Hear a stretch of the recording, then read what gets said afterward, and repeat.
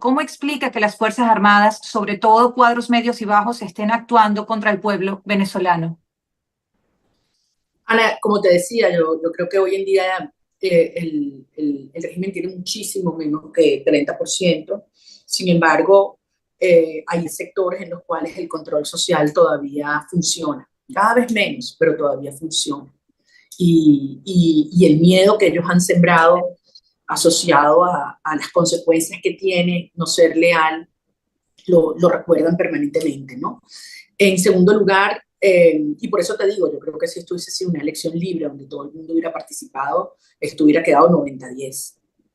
No tengo duda. Las bases de las Fuerzas Armadas está pasando exactamente lo mismo. Hay mucho miedo, sin embargo, cada día hay más presión de sus familias. Estamos tratando de revisar las cifras más recientes del incremento de la migración, ¿saben? Porque ya se está dando. Y eso para nosotros es desgarrador. Pero tengo informaciones que en el caso de Brasil, bueno, la plataforma R4B de las Naciones Unidas dice que pasó de 50 a 153 en una semana, del día antes de la elección a una semana después. Yo tuve información por una vía privada de que hace 2 días estaban 800 personas en un día, el número de venezolanos cruzando Brasil. El número de venezolanos cruzando a Colombia no lo tenemos. Creo que las autoridades colombianas no lo han querido hacer público. Tenemos mucho miedo que se está disparando. Siguiente pregunta, vamos con Lidia con Andrés Gerlotti de ABC Diario. Las vías para exigir transparencia a las instituciones parecen agotadas. El chavismo, por buena voluntad, no va a publicar las actas. Entonces, ¿qué sigue? ¿Cuál es el plan B para hacer valer los votos de la oposición? Sí, Andrés, tú tienes razón. Yo creo que ellos no van a publicar ningún acta, ningún número. Durante algunos días alguna gente tenía miedo. Decía, ¿será que se van a atrever a armar? Porque tienen todas las máquinas. Para ellos es muy fácil volver a imprimir otras actas. Lo que pasa es que dejan demasiadas huellas, ¿saben? Habían demasiadas evidencias en los videos, en los testimonios. Entonces era darnos a nosotros las pruebas del fraude. Y optaron por esta maniobra burda de que el TSJ dijera, no tienen que publicar nada porque yo no se declaro.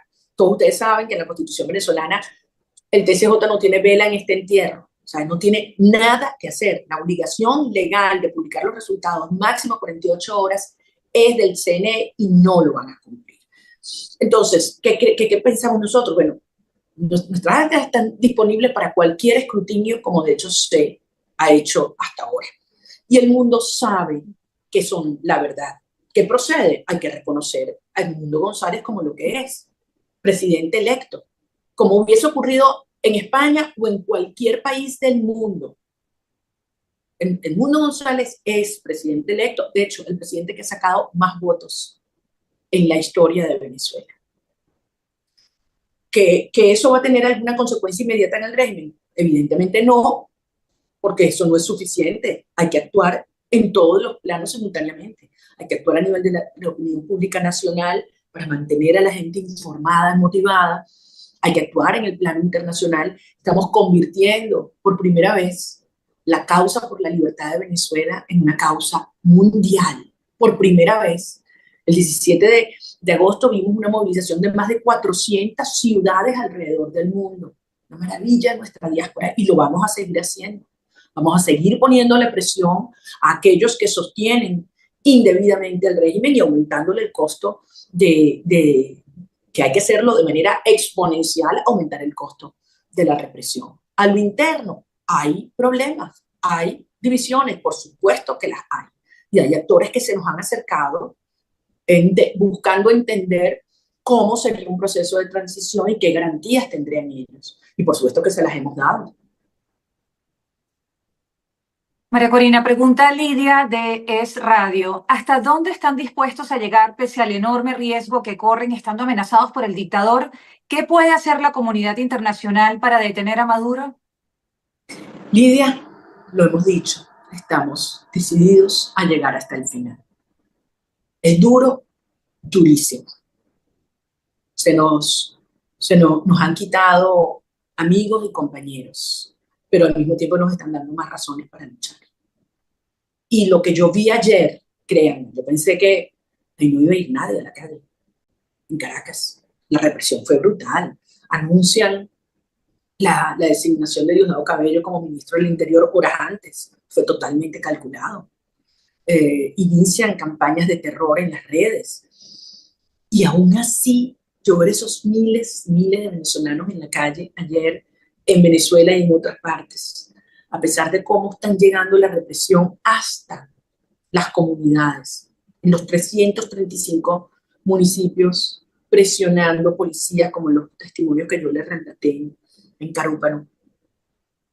Y que aún así, ayer yo veía esos muchachos que venían de Petare, que venían de Catia, que venían del Valle, junto con los muchachos que viven en urbanizaciones, y yo decía, esto es muy poderoso, esto no lo van a parar.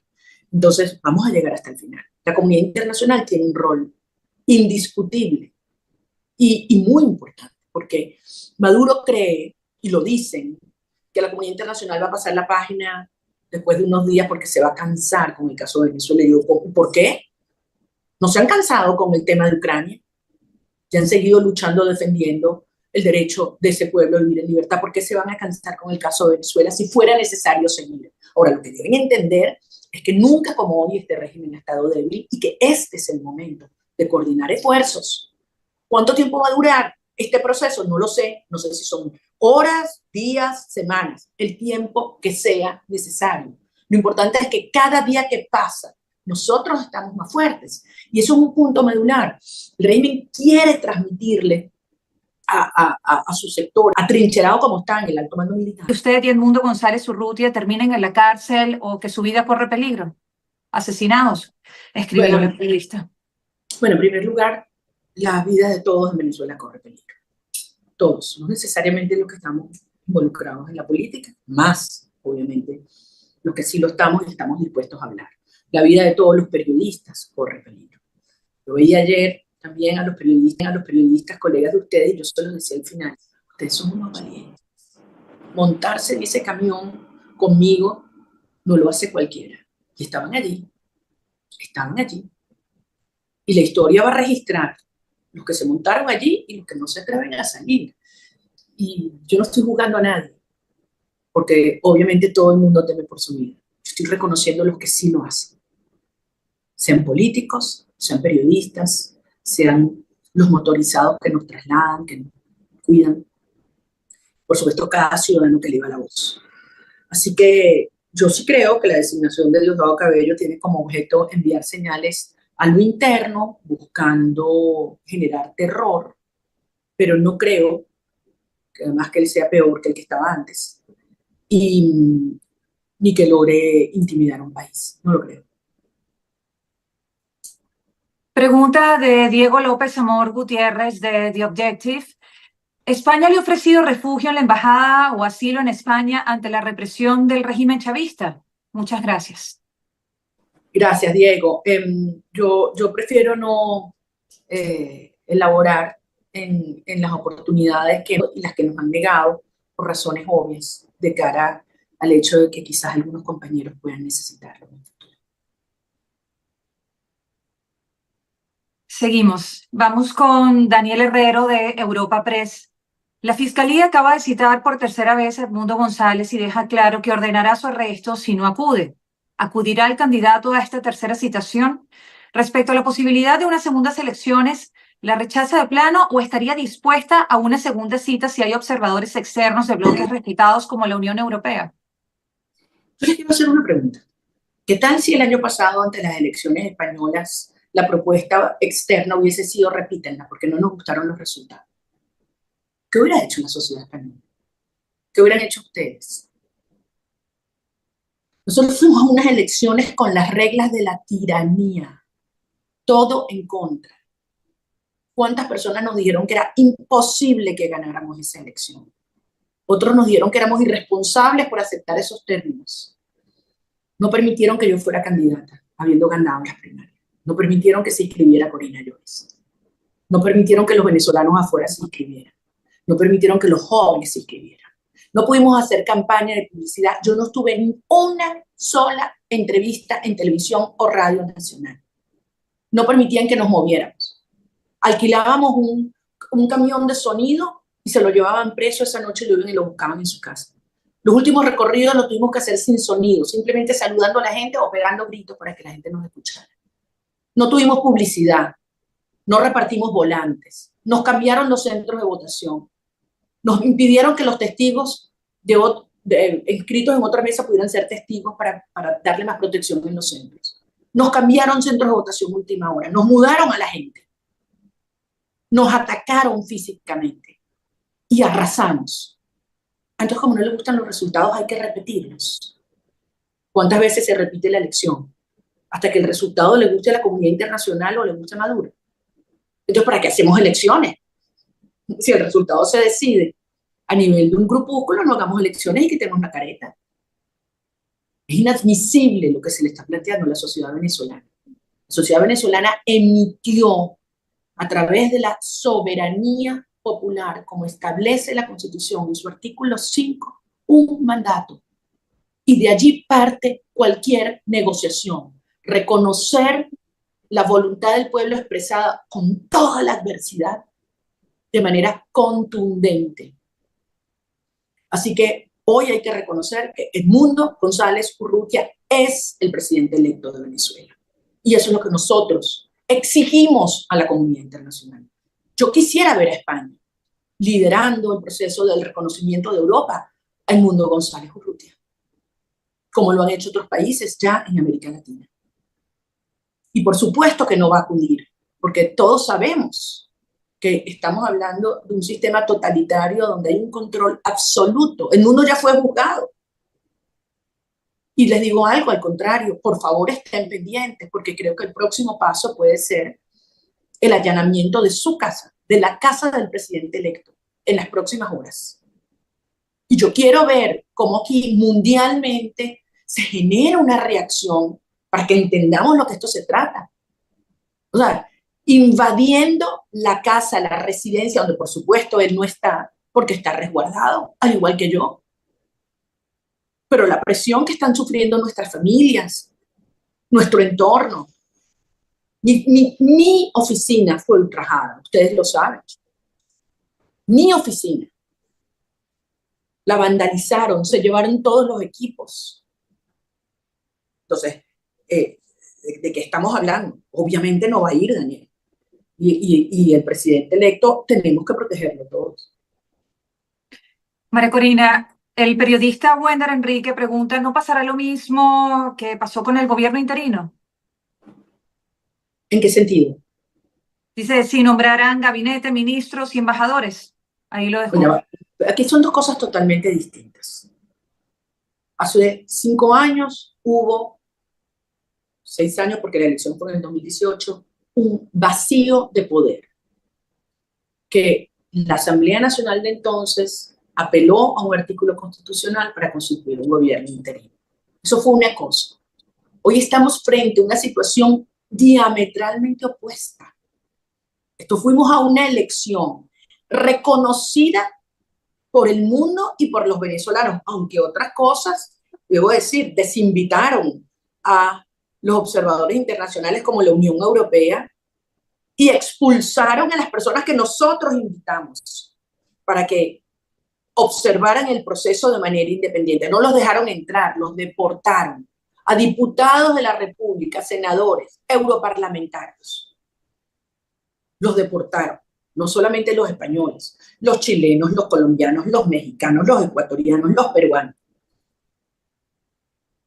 Pero la elección tuvo lugar y según la Constitución venezolana, quien gana la elección, acto seguido es presidente electo.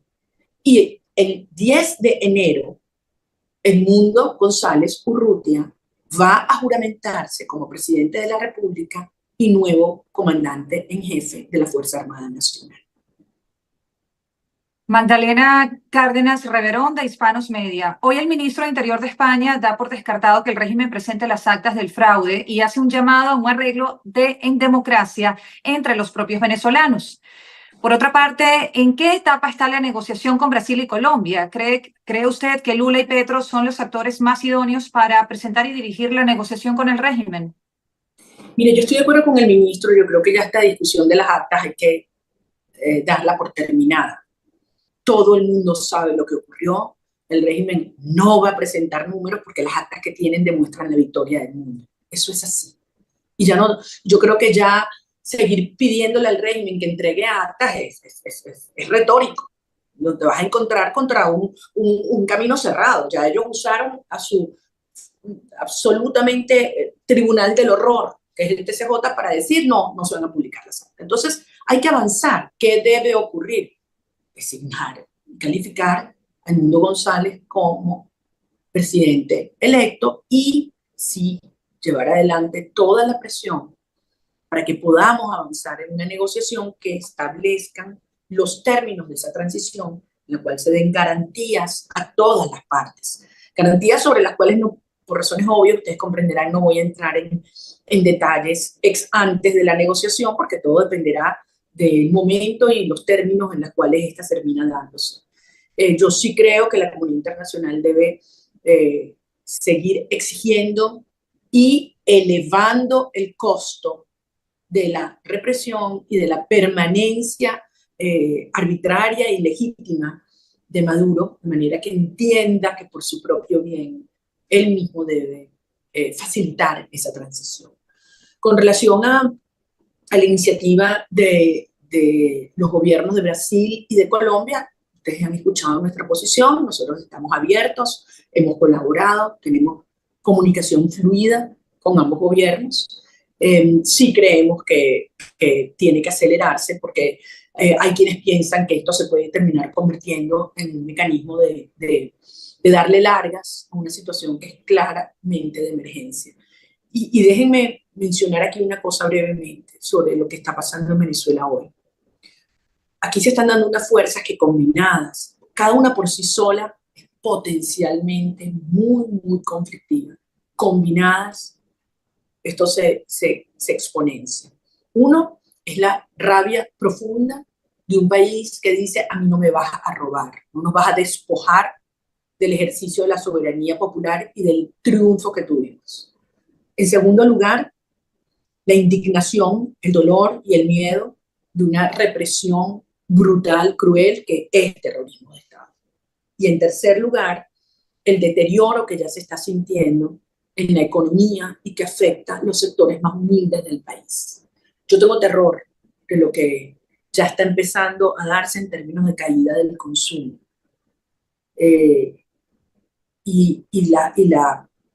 La inflación ya desde las últimas 2 semanas ha comenzado a dispararse. Entonces, ustedes mezclan todo esto, señores, y esto no es sostenible.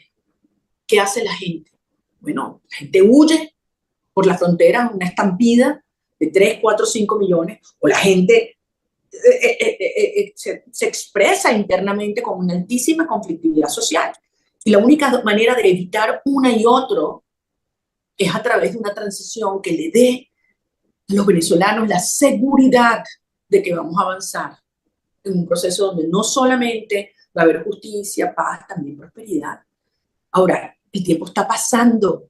Esto es absolutamente urgente. Después, yo no quiera pasar algo, no digan que los venezolanos no advertimos. O sea, hay que actuar y rápido frente a lo que está ocurriendo. Nosotros estamos manteniendo la protesta de forma pacífica, absolutamente cívica. Ustedes lo vieron ya. A pesar de que nos provocan, nos atacan, nos insultan, nos amenazan, nos meten presos, nosotros seguimos en una protesta cívica y pacífica. Pero aquí hay un pueblo que está sufriendo y que lo están asfixiando. Y el mundo tiene que tener esto muy claro. Venimos con Angélica Reynosa del periódico El Mundo. ¿Qué esperan las fuerzas democráticas venezolanas del gobierno español? Bueno, como lo dije antes, Angélica, en primer lugar yo agradezco el hecho de que el gobierno español ha sido inequívoco en cuanto a que no van a reconocer un fraude de Maduro. Eso es muy importante.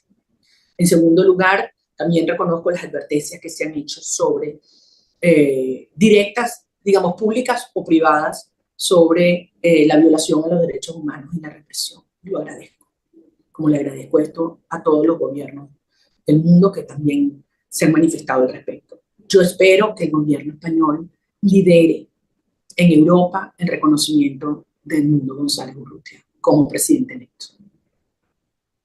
Pregunta de Sara Alonso de Radio Nacional de España.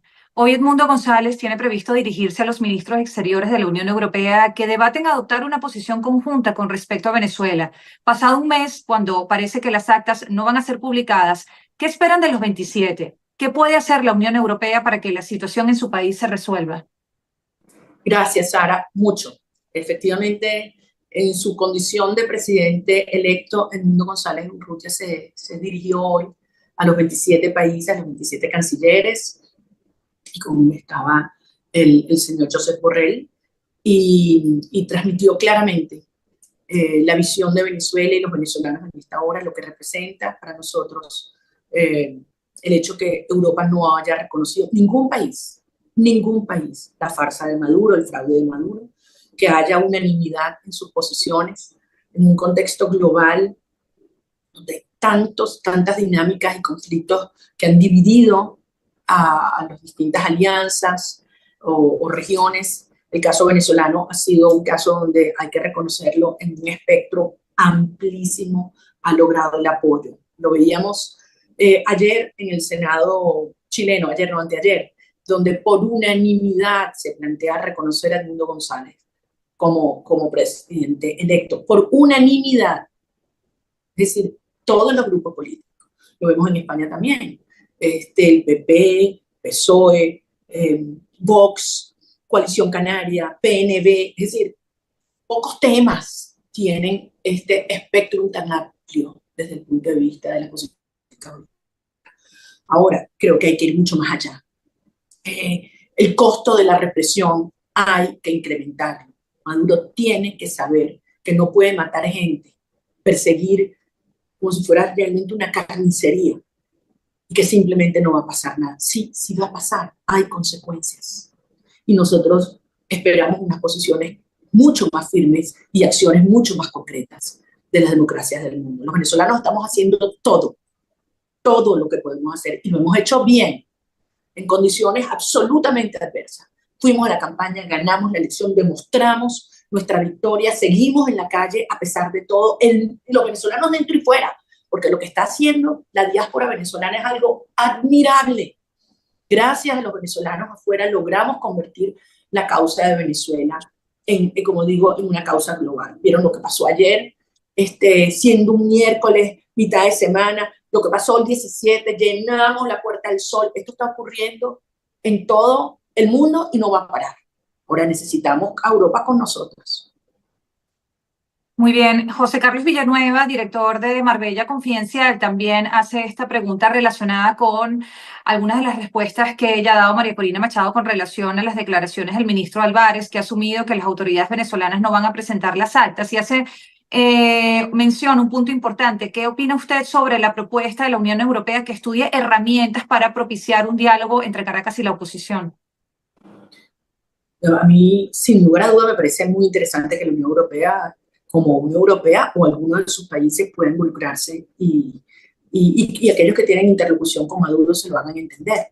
Yo creo que el mensaje aquí muy claro es: no vamos a pasar la página. Eso no va a pasar. No va a pasar porque, en primer lugar, no es una elección donde hubo duda, como las que han habido antes. En todas las más de 30 elecciones que han habido en Venezuela, el chavismo ha hecho más o menos fraude. Nunca, jamás se había demostrado una victoria de esta manera. Nunca, jamás. Yo no sé si en otros países fuera de las Américas, pero les aseguro que en este continente no. Entonces, eso es algo que no van a pasar la página. No hay nada que haga Maduro que pueda recuperar algo de legitimidad. Y cuando le agregas a esto su ola represiva y los niveles que ha llegado, donde ha cruzado todas las líneas rojas, esto no tiene vuelta atrás. Esto no tiene vuelta atrás. O sea, la Comisión Interamericana de Derechos Humanos no había calificado como práctica de terrorismo de Estado ningún régimen desde las dictaduras del Cono Sur. O sea, aquí estamos en otro nivel, reconocido ya por el mundo. Lo mismo está ocurriendo en las Naciones Unidas, a quien además nosotros agradecemos, debo decirlo, a su secretario general y al alto comisionado para los derechos humanos, porque están, o sea, siguiendo el caso de Venezuela día a día. Entonces Maduro tiene que saber que el mundo no va a pasar la página, como tampoco los venezolanos nos vamos a cansar. Vamos a hacer lo que haya que hacer. Entonces, cada día que pasa, para Maduro, la negociación es en términos peores. Su mejor opción es entrar de una vez en una negociación. Cada día que pasa, su punto de partida relativo para la negociación es peor. Ana Rodríguez, de la diáspora venezolana, habla en Donostia Cultura Radio. Ayer arrestaron y desaparecieron a Viaggio Pieleri, su hijo, dos miembros de su equipo. Edmundo no estuvo presente. ¿Cómo ve usted que cierren el cerco respecto a usted? Eso debilite este mensaje de cambio y la calle se enfríe por miedo a una represión aún más brutal. Bendiciones para usted y su equipo. Bella, gracias. Gracias. Afortunadamente el hijo de Viaggio lo soltaron en la madrugada. Ana, eso es evidentemente lo que ellos buscan. Ellos buscan aislarnos, que la gente se aterre, que ningún dirigente se atreva a alzar la voz, que se vayan del país. ¿Sabes? Si yo les cuento lo que están sufriendo nuestros dirigentes, no solamente los jefes del comando a nivel de los estados, de los municipios, o sea, les han ido a su casa, les han marcado sus casas, han ido a casa de los testigos, han marcado X afuera. O sea, es una práctica brutal.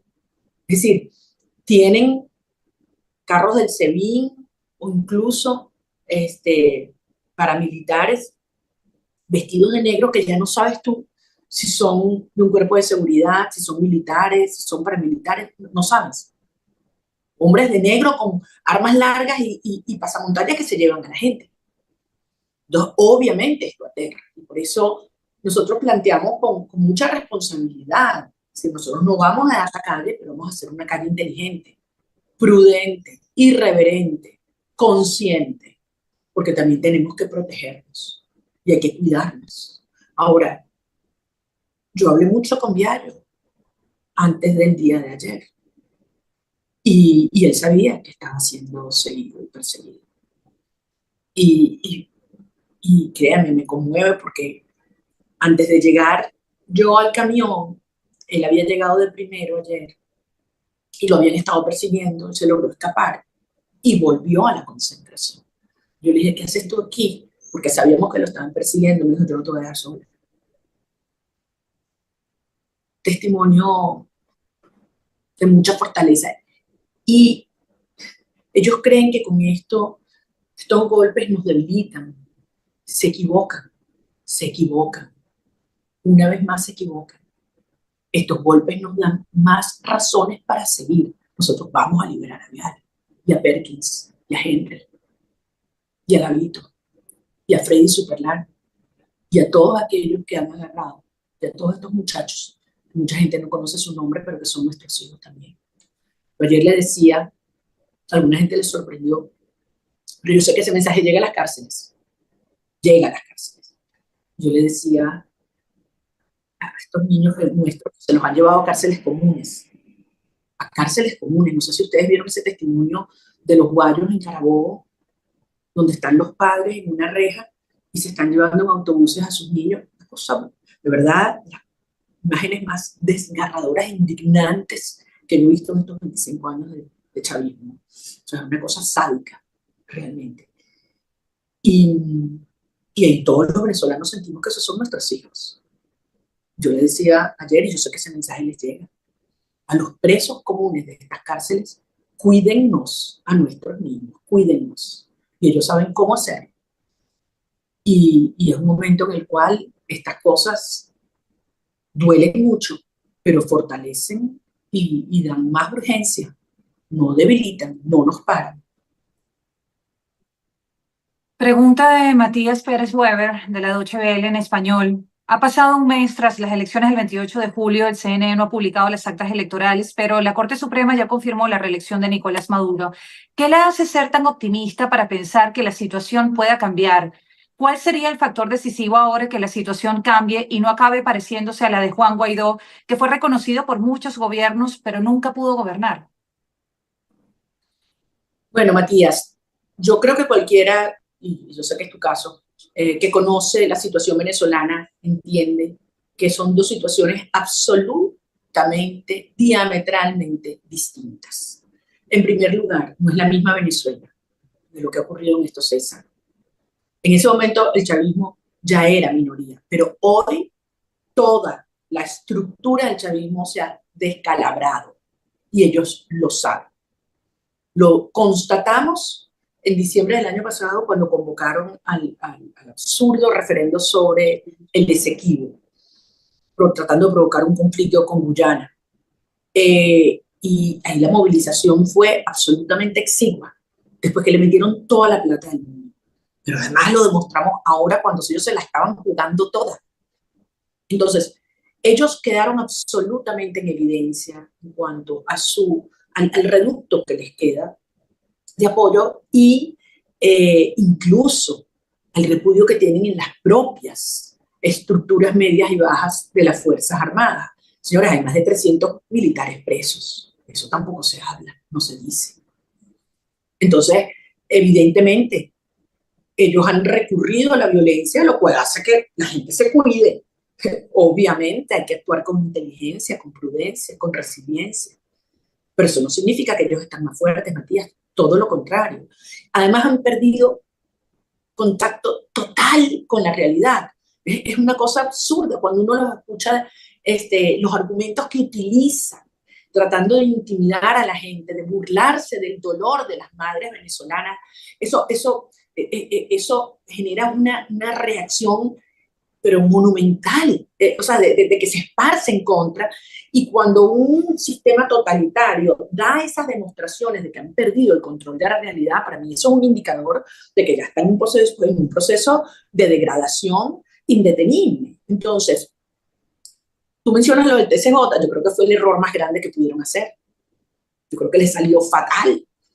Eh, no solamente no le dieron legitimidad a Maduro, sino terminaron de hundirse ese propio TSJ, cada uno de esos supuestos magistrados, sobre los cuales prefiero ni siquiera calificar, porque la verdad es que como venezolana da mucha pena ajena. Pero más allá de eso, aquí no queda otra sino seguir avanzando, construyendo, primero manteniendo la moral de nuestra gente. Y allí ustedes son una una opción que necesitamos, porque los medios locales están aterrados, ustedes lo saben. Los, los, los periodistas que aquí se atreven a hablar son muy valientes, muy valientes. Entonces, transmitir mensajes para que los venezolanos sepan que aquí nadie se rinde y que nosotros sabemos que y sabíamos que lo que venía era difícil. Lo que estamos enfrentando no era, el que creyera que simplemente porque le ganábamos a Maduro iba a reconocer y ponerle la banda al mundo, bueno, eso tenía una muy baja probabilidad. Ahora creo que hay que seguir, nosotros tenemos una estrategia robusta, lo hemos demostrado, y cada día que pasa tenemos más y más territorio que vamos conquistando en la dirección correcta. Pregunta de Paul Monzón, periodista digital, la voy a resumir porque es bastante larga. ¿Hay algún acercamiento con Estados Unidos? Porque ahora mismo todos son buenas palabras y ánimos, pero nada concreto que fuerza al tirano a irse. Nosotros tenemos comunicaciones, Paul, con todos los gobiernos democráticos de este hemisferio, con todos los democráticos, y por supuesto con Estados Unidos. Y yo sí creo que se están dando coordinaciones entre distintos países para avanzar en la dirección de hacerle entender al régimen que no se va a salir con la suya en materia de represión y que aquí hay una sociedad democrática mundial que entiende lo que Venezuela representa, no solo por los venezolanos, y no solo por el hecho de que la lucha venezolana se ha convertido también en política interna en muchos casos, lo es en España, lo es en Colombia, lo es en Brasil, lo es en México, lo es cada vez más en Estados Unidos, pero también por un tema de seguridad nacional, seguridad hemisférica. Como ustedes saben, en Venezuela se ha ido estableciendo como el hub del crimen mundial, donde redes del crimen organizado como el Tren de Aragua tienen los headquarters y ya se han ido ampliando sus operaciones desde Canadá hasta Argentina, donde las redes del narcotráfico tienen un santuario para sus operaciones, tanto como las redes del tráfico ilegal de minerales o de personas, donde las relaciones de Maduro con Rusia y con Irán, con Hezbollah y con Hamas son cada vez más evidentes. Entonces yo estoy convencida que por razones, bueno, y desde luego el tema migratorio, que créanme, a nadie le duele más que a nosotros porque son nuestros jóvenes que los necesitamos aquí y nuestras familias que se nos separan, ¿no? Pero aquí estamos hablando no es de una migración de 100 o 200 mil personas, aquí podemos estar hablando de 3, 4, 5 millones de venezolanos que salen en estampida y muchos de ellos llegan a la frontera sur de los Estados Unidos en poco tiempo, porque no los pueden parar. Yo no sé si ustedes han visto las imágenes del Darién en estas últimas horas, eso es una cosa que a mí es desgarrador, lo que una madre o un padre es dispuesto a hacer simplemente porque siente que no hay futuro para sus hijos. Pregunta de Rosa Díaz, de Agencia F. ¿Le preocupa la posibilidad de un estallido de violencia en Venezuela a gran escala? Sí, Rosa, sí me preocupa. Nadie puede decir cómo, cuándo, pero me preocupa, me duele mucho porque siento que la situación económica inexorablemente va a deteriorarse. O sea, es un tema al final de confianza, ¿okay? Todos lo sabemos. La economía tiene que ver con la confianza. Y Maduro tiene, o sea, cero posibilidad de transmitir algo de confianza a los actores económicos. De hecho, he empezado a tener más y más contacto con algunos actores vinculados al sector financiero, que están tremendamente preocupados. Y a ellos yo le he enviado mensajes por medios especializados, y, ¿sabes? Por vías públicas, en el sentido de que es evidente que no hay forma que Maduro pueda proceder a la reestructuración de una deuda externa de 160.000 millones de dólares, que es más de 2 veces el Producto Interno Bruto de Venezuela. No hay manera. La única manera de poner orden en Venezuela implica poder ir al Fondo Monetario Internacional, entender realmente cuáles son las cuentas macroeconómicas, porque son una caja negra, nadie sabe cuánto se produce en petróleo, cuáles son las reservas, cuánto hay en oro, nadie sabe, nadie sabe. Yo creo que a veces ni ellos mismos saben. Hay que poner orden y ir a un proceso de reestructuración, que eso va a favorecer, obviamente, a los acreedores y a los potenciales inversionistas. Venezuela está en el último lugar, en el último, en materia de Estado de Derecho, indicadores de Estado de Derecho a nivel global, según el World Project Index, el último.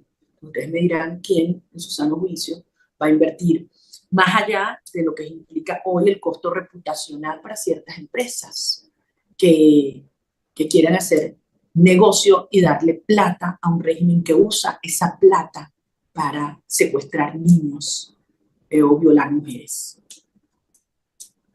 María Corina, por cuestión de tiempo, sé que está muy ajustado, pero no sé si nos permite hacer un par de preguntas más. Dale, pues. Tengo de Andrés Gil, de NTN 24. Quisiera usted que le permitan hablar los próximos días ante el Congreso de los Diputados en España o en el Parlamento Europeo y ve de utilidad sanciones más duras contra el régimen por parte de la Unión Europea. Andrés, ojalá pudiera yo hablar en el Parlamento Español, en el Parlamento Europeo, cualquier otro parlamento. Tanto el mundo como yo nos hemos dedicado estos días a una actividad frenética. Hemos hablado con presidentes, con jefes de Estado, con primeros ministros, con cancilleres, con periodistas, con ciudadanos, con parlamentarios.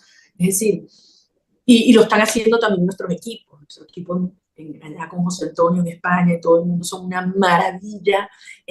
Antonio, Isadora, ¿sabes? Como David ha llevado la voz de los venezolanos a todas las instancias para que quede claro que esto no tiene vuelta atrás. Que es duro, pero nunca Venezuela ha estado tan unida. Crean Nunca, y no estoy hablando ya solo de la oposición, estoy hablando incluso sectores que estaban con el chavismo en todo el espectro ideológico, estamos unidos, porque esto es una causa que trasciende las diferencias ideológicas. Esto tiene que ver con libertad versus el totalitarismo más brutal. Un país donde exista justicia contra el sistema más corrupto del planeta. Un sistema donde se respeten los derechos humanos, donde hay crímenes de lesa humanidad. Ahí no hay espacio para la indiferencia, ni para la neutralidad, ni en este momento se pueden excusar en la ignorancia, porque todo el mundo sabe lo que está pasando. Susana Gaviña de ABC, ¿cómo evitar perder la inercia de las movilizaciones masivas cuando el Estado impone el miedo entre la población? También, bueno, Martín Higueras de Libertad Digital ha preguntado sobre los silencios de los gobiernos de Brasil y Colombia. Ya usted lo ha expuesto, no sé si quiere volver a hacer mención a esto, que si se ha comunicado con la oposición, aunque sea por medios extraoficiales. Y le dejo esta otra pregunta. ¿Comunicado con quién? Perdón. Que se han comunicado con la oposición, es decir, Lula y Petro, así sea por medios extraoficiales. Okay. Y no, oficiales también. Ok. Okay, y Martín. la de Ana Samboal, porque han agradecido expresamente al rey Felipe VI su apoyo, ha hablado con él. ¿Y qué pasa con Pedro Sánchez? No he hablado con el rey. Me encantaría poder hablar con el rey y transmitirle en nombre de todos los venezolanos nuestro cariño y agradecimiento. Creo que tiene una figura de enorme respeto en Iberoamérica. Y estamos seguros que su presencia en República Dominicana tuvo un efecto muy positivo para lograr un evento histórico que fue una declaración inicialmente suscrita por 22 países más la Unión Europea, pero posteriormente ya la han suscrito 5 o 6 países más. Creo que la figura, la presencia del rey allí fue crucial en lograr algo que fue un impulso importantísimo, porque además yo les quiero decir algo, no es solo el mensaje le llega al régimen cuando ve estas posiciones tan firmes y además, como insisto, a lo largo de todo el espectro ideológico, es decir, por unanimidad en la Unión Europea. Pero es que también le llega a la gente y los venezolanos allí, en un momento tan duro, saber que no estamos solos y saber que nuestra causa es la causa de ustedes. Es muy importante. Susana, con relación a la movilidad, evidentemente hay que reinventarse para cada momento. Hay un tipo de dinámica en función del momento. Nosotros no tenemos ya que demostrarle nada a nadie sobre la mayoría que somos, por el amor de Dios. La mayoría está allí, contadita, medidita y probadita. O sea, ya está. Nosotros no tenemos que demostrar que somos una inmensa mayoría. Lo que sí nos demostramos cuando nos encontramos es que allí sigue creciendo una fuerza, un respeto y un amor, déjenme decirles, porque es una fuerza muy poderosa.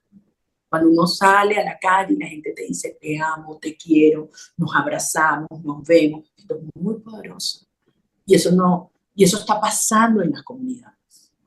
Nosotros tenemos una estructura que hoy tiene una presencia con un alto nivel de capilaridad, que tiene muy asustado al régimen, por eso permanentemente están descalificando y amenazando a los comanditos, porque ellos saben lo que son estas estructuras de confianza que hemos construido, son más de 69.000 a nivel nacional, que están vivas. Y eso es parte del trabajo de una nueva calle. Protegerse, comunicarse, enviar los mensajes, dar tareas, traer información. ¿Cuántos días nos que hagan falta?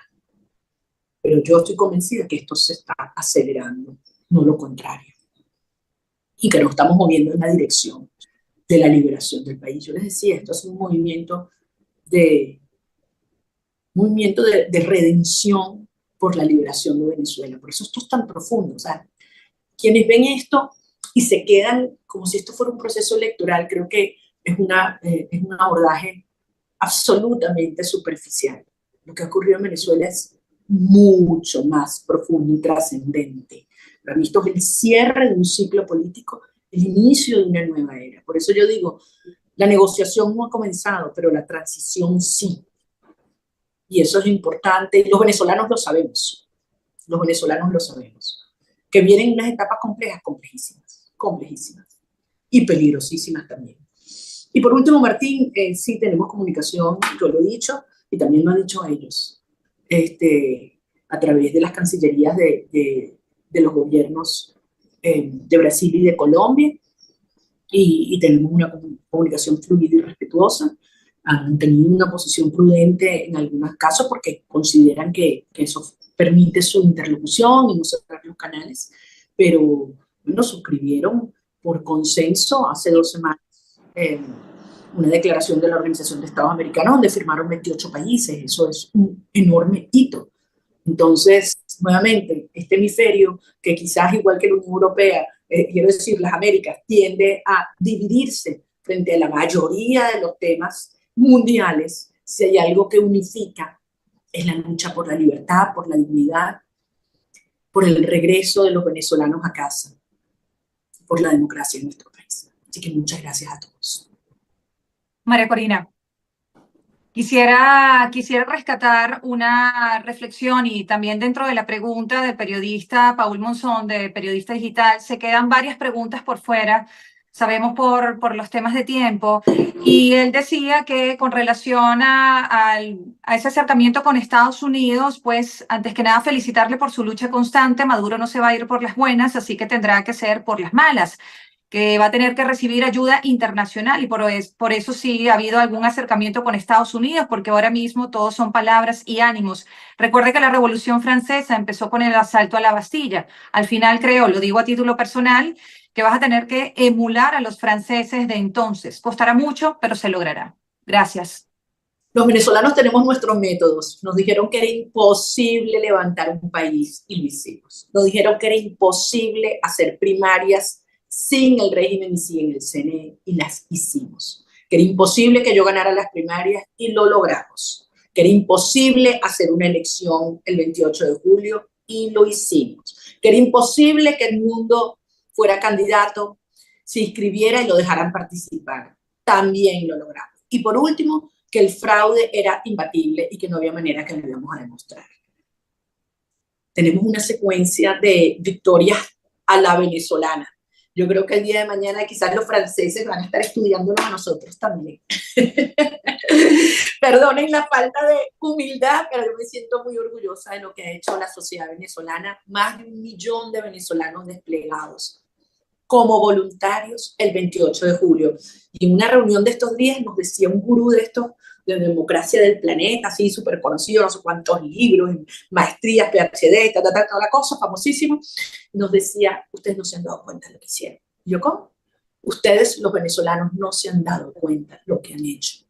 Ustedes han puesto un nuevo benchmark, un nuevo estándar para monitoreo y defensa del voto, no solo para América Latina, para el mundo. Y lo hicieron enfrentando una tiranía. Ustedes ya escribieron historia. Y me siento muy orgullosa de ser venezolana. Gracias. Gracias a usted, María Corina. A todos los presentes se quedaron preguntas por fuera. María Corina, ¿qué significa también la designación de Diosdado Cabello? Si puede aumentar más la represión. Y sé que son momentos exactamente. Gracias por todo. Y una oportunidad exactamente para después repetir esta oportunidad. Así es. Seguro que sí. Gran trabajo a todos. Los quiero mucho. Gracias, Antonio, Isadora, David, José Antonio, a ti, mi amor. Muchas gracias por todo. Y a todo el equipo, Claudia, Enesis. Chao, millón. Pues muchísimas gracias a todas las personas que se conectaron. Evidentemente nos faltó tiempo para responder todas esas preguntas. Vamos a intentar convocar una nueva rueda de prensa virtual con María Corina Machado en los próximos días para poder tener mayor amplitud en todo este tema que es tan complejo, ¿no? Y que tiene tantas aristas. Gracias a todos. Esta grabación se les enviará a través de un link a todas las personas que se conectaron. Se enviará este enlace a sus correos electrónicos y pueden hacer disposición de este material en sus respectivos medios. Muchísimas gracias. Tengan un bello día.